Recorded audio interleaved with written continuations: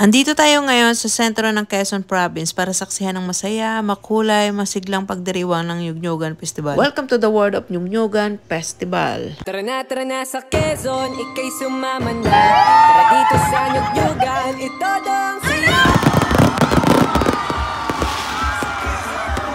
Ngayong taon nga ay ginaganap ang Nyugnyugan Festival mula noong August 12 hanggang ngayong August 19. At sa loob nga ng isang linggo, puno ito ng kasiyahan at pagpapakita ng talento, kultura ng bawat bayan ng taga Quezon. Bakit nga ba pinagdiriwang ang Nyugnyugan Festival? Ang Nyug ay pangunahing pinagkakakitaan ng mga tao sa Quezon. Kaya naman bilang pagpapahalaga sa biyayang natatamo, ito ay hindi lamang pagdiriwang ng niyog, kundi pagpapakita rin ito ng kultura, talento at pagkakaisa sa bawat bayan ng probinsya. Ngayong gabi ay kalimang araw na nga ng pagdiriwang at dinaragsa pa rin ng maraming tao. Bidang-bida rin ang ganda ng pagiging makulay ng bawat bot ng mga bayan. Tara na sa Quezon, ikay sumama na.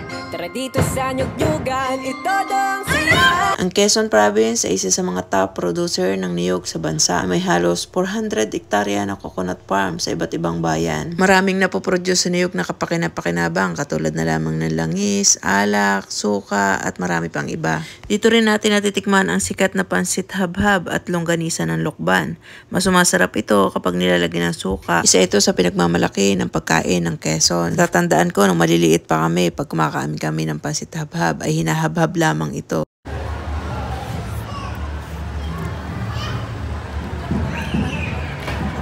Ito yung longganisa ng Lokban.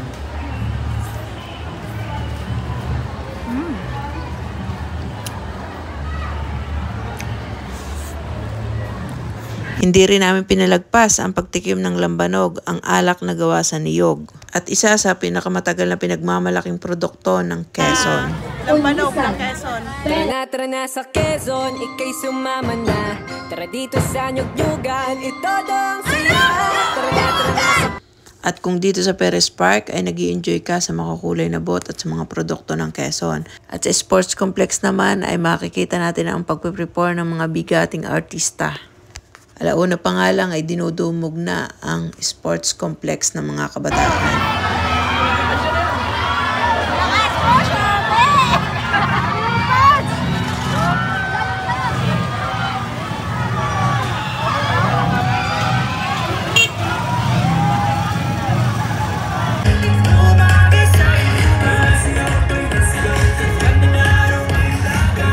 Dito rin ginanap ang Grand Tagayan Music Festival dito sa Sports Complex na sinamahan pa nga ng 4 minutes fireworks display na talaga namang ikinatuwa ng lahat.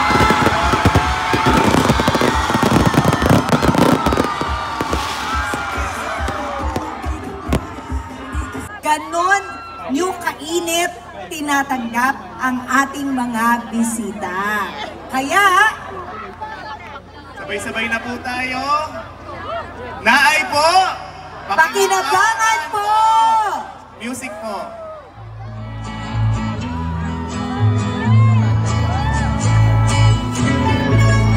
Sa huli, palagi mo sa huli, palagi pipilitin mo maging sa'yo. Saan niya ako ikikiss?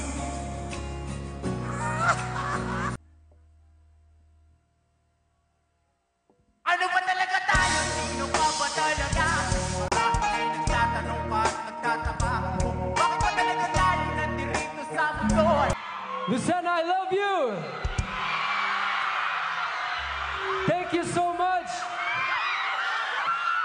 And down to my last song, you ready to sing? Tara na sa Quezon, ikay sumama na. Tara dito sa Nyugnyugan, ito dong siya. Tara na. Kaya naman, kung hindi ka pa nakaka-experience ng ganitong festival, huwag mo na palalampasin sa susunod na taon. Isang linggong pagdiriwang ng kasipagan, talento at kultura ng Quezon Province. Yun lang. Salamat! Maraming salamat po. Tara na sa Quezon. Tara na sa Quezon, ikay Yeah!